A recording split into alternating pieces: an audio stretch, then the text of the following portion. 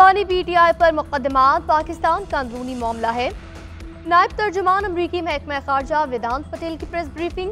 ईवानी नुमाइंदगान में पाकिस्तान से मुतालिक करारदाद पर रद्द-ए-अमल पर कहा, ज़ेर-इल्तवा कांग्रेसी कानून साजी पर बात नहीं कर सकते। अमरीकी जमहूरी निज़ाम में कांग्रेस हुकूमत की एक अलहदा शाख है। पाकिस्तान में इंतखाबात की शफाफियत का मामला हमारी तवज्जो का मरकज है। इंतखाबी धांधली का मामला पाकिस्तानी शराकतदारों से उठाते रहे हैं। पाकिस्तान में शख्सी राय की आज़ादी, बुनियादी हुकूक पर जोर देते रहेंगे। बुलवाया गया था, बाकी लोग स्टेप इन। आपका स्टांस क्या है कि इलेक्शन कमीशन ने ठीक काम किया? जरा जोर से बोल रहे। कुछ आपकी वो कुछ टीवी में कुछ चल रहा था, कुछ पता नहीं, आप प्रेस कॉन्फ्रेंस कल हुई है तो इसमें क्या इलेक्शन की आप बात कर रहे हैं? थोड़ा सा कॉन्ट्रडिक्ट। मखसूस नशिस्तों से मुतालिक केस की समाअत आज फिर होगी। गुज़िश्ता समाअत के दौरान चीफ जस्टिस ने कहा, इलेक्शन कमीशन ने कोई गैर कानूनी काम किया तो उड़ा देंगे। किसी ने आज तक नहीं कहा इलेक्शन ठीक हुए, हारने वाला यही कहता है इंतखाबात ठीक नहीं हुए। इदारों की तो कदर नहीं रही। इलेक्शन कमीशन हकीर है न सुप्रीम कोर्ट के मातहत। चीफ जस्टिस काजी फाइजीसा ने रिमार्क्स देते हुए कहा, जेयूआई ने मखसूस नशिस्तों पर इलेक्शन कमीशन का मौक़िफ़ दुरुस्त तस्लीम कर लिया। जस्टिस आयशा मलिक ने 2018 और 2024 में एक ही मामले पर इलेक्शन कमीशन के 2 मुतज़ाद फैसलों पर सवाल उठा दिया। जस्टिस मंसूर ने रिमार्क्स दी, अदालत चाहती है किसी को कम सीटें न मिले न ज्यादा, जिस सियासी जमात का जो हक है उसको मिले। जस्टिस आयशा मलिक ने 2018 और 2024 में एक ही मामले पर इलेक्शन कमीशन के 2 मुतज़ाद फैसलों पर सवाल उठा दिया। बीएपी ने फहरिस्त जमा नहीं कराई मगर उन्हें नशिस्तें दी गई। आपने तो बलूचिस्तान अवामी पार्टी पर कोई एक्शन नहीं लिया। जस्टिस अतर मिनल्लाह ने रिमार्क्स दिए, सुप्रीम कोर्ट के फैसले ने किसी जमात की रजिस्ट्रेशन खत्म नहीं की थी। गलत तशरीह की वजह से इलेक्शन कमीशन का पूरा मौक़िफ़ खराब हो जाता है। जस्टिस मंसूर ने रिमार्क्स दिए, आज़ाद उम्मीदवारों की हैसियत किसी से कम नहीं, वो किसी भी जमात में शामिल हो सकते हैं। अदालत चाहती है किसी को कम ज्यादा सीटें न चली जाए, जिस सियासी जमात का जो हक है उसको मिले। चीफ जस्टिस ने रिमार्क्स दिए, हक क्या है, हम तो आइन के मुताबिक फैसला करेंगे। जो लोग पाकिस्तान तहरीक इंसाफ से जा चुके हैं, क्या पाकिस्तान तहरीक इंसाफ के साथ उन्होंने कुछ दूरियां इख्तियार की थी, उनके पार्टी में वापस आने का फैसला खान साहब करेंगे। और अगर खान साहब किसी को वेलकम करे, हम उनको सर पे बिठाएंगे, हमें हर सूरत कबूल होगा। खान साहब जेल के अंदर से डायरेक्शन दे, जेल के बाहर से डायरेक्शन दे, जब डायरेक्शन दे उनके फैसले इंशाल्लाह ताला करेंगे। जेयूआई से पूछा, उन्होंने एक 1 पॉइंट पे ये कह दिया कि सुन्नी इत्तेहाद काउंसिल के कॉन्स्टिट्यूशन में ये लिखा हुआ है कि जो मेंबर है, कौन मेंबर बन सकता है, वो मुस्लिम मेन एंड वोमेन हो सकते हैं। हमने उनको एक्सप्लेन कर दिया था कि ऐसा नहीं है। हमारी कॉन्स्टिट्यूशन में ये लिखा है कि जो पार्टी के मेन पार्टी है, उसके मुस्लिम मदर पार्टी जिसको हम रूटीन में कहते हैं, उसमें मुस्लिम मेन एंड वोमेन होते हैं जो कमेटी बनता है। और फिर हमारे विंग्स है, तो हमारे वोमेन का भी विंग है और हमारे नॉन मुस्लिम का भी विंग है। जेयूआई की इलेक्शन कमीशन की हिमायत से फर्क नहीं पड़ता। जेयूआई से 2 नकात पर बात हो रही है। जिस पार्टी को वोट मिले हो उन्हें मखसूस नशिस्तें मिलनी चाहिए। जजेस के ऑब्जर्वेशन से लगता है सीटें हमें मिलेंगी। चेयरमैन पीटीआई बैरिस्टर गौहर की मीडिया से गुफ्तगू, बोले पार्टी में वापसी का रास्ता बानी पीटीआई की मर्जी पर मुनहसर है।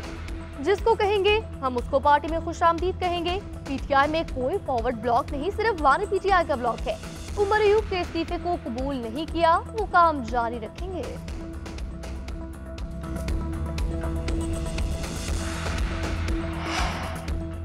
इद्दत निकाह केस में बानी पीटीआई को रिलीफ मिलेगा या नहीं? केस में मरकजी अपीलों पर समाअत आज होगी।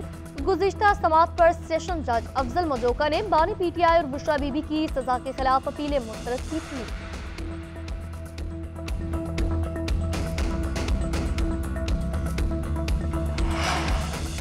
चेयरमैन तहरीक इंसाफ बैरिस्टर गौहर की ज़ेर सदारत कोर कमेटी का इजलास, उमर अयूब का इस्तीफा मुस्तरद, डिसिप्लिन की खिलाफ वर्जी करने वालों के खिलाफ कार्रवाई का फैसला। बैरिस्टर गौहर कमेटी की सिफारिशात बानी पीटीआई तक पहुंचाएंगे। इजलास में जेयूआई से मुज़ाकरात के हवाले से ब्रीफिंग। कोर कमेटी ने मुज़ाकराती अमल शुरू करने की मंजूरी दे दी। असद कैसर मौलाना फजलुर रहमान से राब्ता करके मुज़ाकरात के वक्त का तयन करेंगे। अली अमीन गंडापुर पर जेयूआई क़यादत की तनकीद का मामला सामने रखा जाए।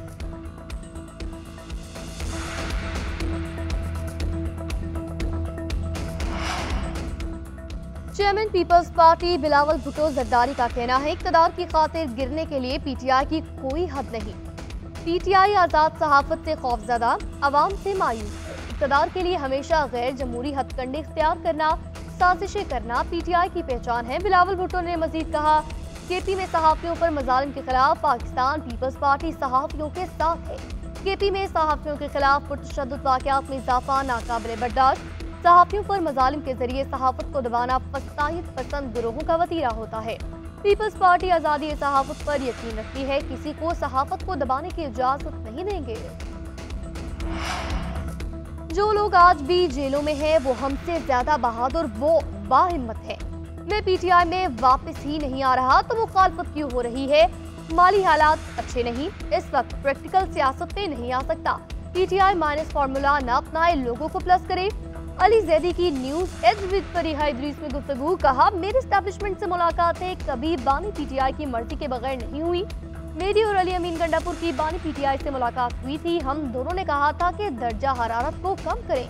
हम फ्लिपिंग बैग बने हुए हैं, हमारी अब भी सुन ली जाए।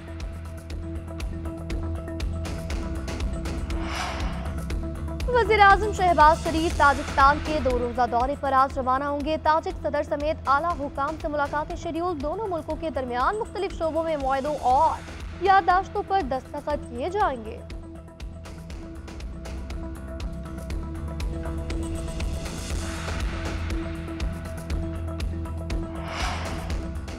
मुल्क मुआशी तौर पर दुरुस्त सम्त में गामजन है। बजट में आवाम को रिलीफ देने के लिए इक़दाम किए। कारोबार दोस्त पॉलिसीज़ की बदौलत मुल्की मईशत मुस्तहकम और बैरूनी सरमायाकारों का एतमाद बहाल हुआ।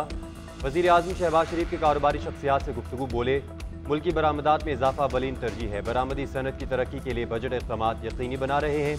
वज़ीर-ए-आज़म शहबाज शरीफ से जहांगीर तरीन की मुलाकात, मुल्की इक़्तिसादी सूरत हाल पर तबादला ख्याल। जहांगीर तरीन का वज़ीर-ए-आज़म को मुश्किल मुआशी हालात के बावजूद कारोबार और सरमायाकारी का दोस्त और अवामी बजट पेश करने पर खराज तहसीन।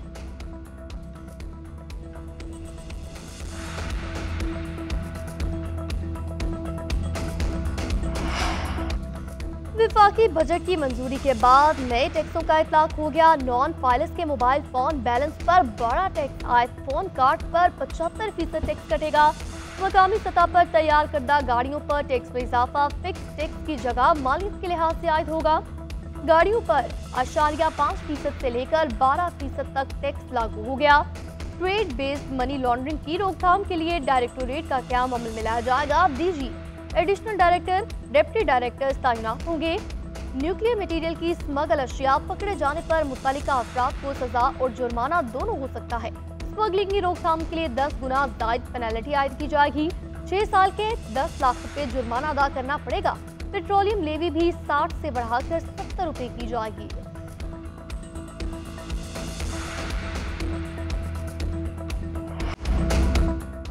मुल्क की मईशत रहेगी या ये बजट रहेगा? टैक्स अदा करने पर भी आवाम टैक्स अदा करेंगे। दूध और बच्चों के खाने पर भी टैक्स लगा दिया गया। क्या आवाम पर बोझ डालने के अलावा कोई रास्ता नहीं था? शाहिद खाकान अब्बासी ने वफाकी बजट मुस्तरद कर दिया। कहते हैं बजट में मफाद परस्त टोले को फिर टैक्स छूट दे दी गई। टैक्स दहिंदगान पर ही फिर टैक्स का बोझ डाल दिया गया। पाटा में लगाई टैक्स फ्री फैक्ट्रियाँ आवाम को फ़ायदा नहीं पहुँचा रही। जायदाद की खरीदो फरोख्त पर ब्यूरोक्रेट्स को छूट देने का कोई जवाब नहीं। 500 अरब अरकान असम्बली को बांटा जाएगा। इन फंड्स की आधी रकम जेबों में जाती है। आवाम पर इतने टैक्स लगाने से पहले हुकूमत को अपने अखराजात कम करना चाहिए थे।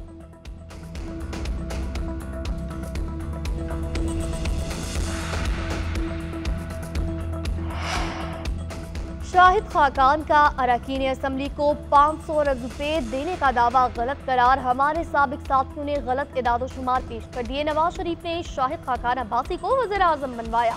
सियासी जमात बनाना सबका हक है, लेकिन हक़ाइक़ को मसख़ नहीं करना चाहिए। वफाकी वज़ीर इत्तलात अताउल्लाह तारर की न्यूज़ कॉन्फ्रेंस, कहा हुकूमत जितने अखराजात कम कर सकती थी कर दिए। मिडिल क्लास को सपोर्ट करेंगे, अशराफिया पर टैक्स लगाएंगे। अगस्त में PIA का मामला मंतकी अंजाम तक पहुंच जाएगा।